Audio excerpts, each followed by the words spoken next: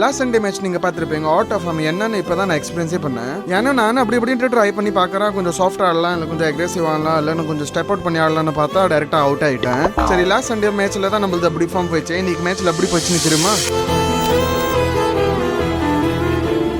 as usually morning 5 o'clock வந்து கிரவுண்டுக்கு beach பிடிக்கலன்னு வந்து பார்த்தா எங்க ரோட் ஷோ பண்ணின்னு இருக்காங்க. ட்ரிஃப்டிங் வெளி இதெல்லாம் பண்ணிட்டு இருக்காங்க. ஏன்னா இங்க கொஞ்ச நாள் முன்னாடி தான் ஆக்சிடென்ட் ஆயிடுச்சு. இது ஆக்சிடென்ட்ல ஸ்பாட்ல 3 பேர் டெத் ஆயிட்டாங்க. அதை பார்த்து கூட யாரும் இங்க சீரியஸா எடுக்கல போல.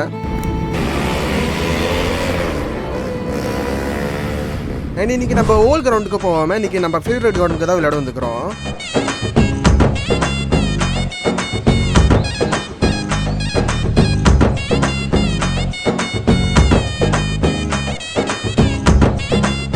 இன்னைக்கு ஃபேவரட் கிரவுண்டுக்கு வந்ததெல்லாம் என்னன்னு தெரியல. வழக்கம் போல இப்போ நம்ம டாஸ் தோத்துன்னு தான் இருப்போம். இன்னைக்கு நாளுக்கு நம்ம டாஸ் ஜெயிச்சு ஃபர்ஸ்ட் பாலிங் சூஸ் பண்ணிட்டு நாங்கள் கேம் ஸ்டார்ட் பண்ணோம்.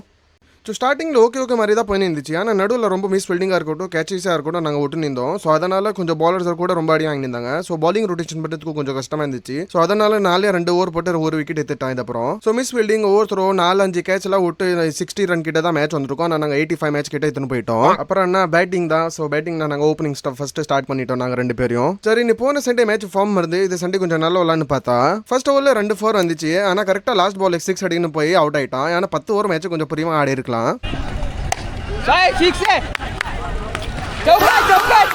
சரி, இன்னும் 1 விக்கெட் தான் வந்துச்சுன்னு நினச்சின்னு கொஞ்சம் நாங்கள் நல்லா தான் விளாண்டிருந்தோம். ஸோ 85 ரனுக்கு நாங்கள் 12 ரனுக்கு ரன் ரேட்ல கரெக்டாக தான் விளாண்டிருந்தோம் கேம். ஸோ இப்போ வரைக்கும் கேம்லாம் நல்லா தான் போய் நின்றுச்சு. இப்போ தான் என்னடா தான் பண்ணுறீங்கன்னு கேட்கறதும் இல்லை, டக்குன்னு ஆர்சிபி மாதிரி விக்கெட் விட்டுனே இருந்தாங்க. ஸோ கேமில் நாங்கள் எந்த கூட இது கேம் ஜெயிக்காத மாதிரி ஆயிடுச்சு. சரி, இது லாஸ்ட் ஒரு ஷாட் மட்டும் பாருங்களேன்.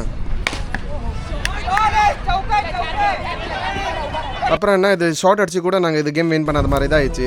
ஆனால் நம்ம வினிங் பொசிஷனில் இருக்கும்போது நம்ம கேம் தோப்ப பாருங்க, இது மட்டும் டைஜஸ்ட் பண்ணவே முடியாதுங்க. இது மாதிரி நீங்கள் ஃபீல் பண்ணியிருப்பீங்களா இல்லைன்னு கமெண்ட் பண்ணுங்க. ஸோ அடுத்த மேட்ச்ல சந்திக்கலாம். டாடா, பாய்.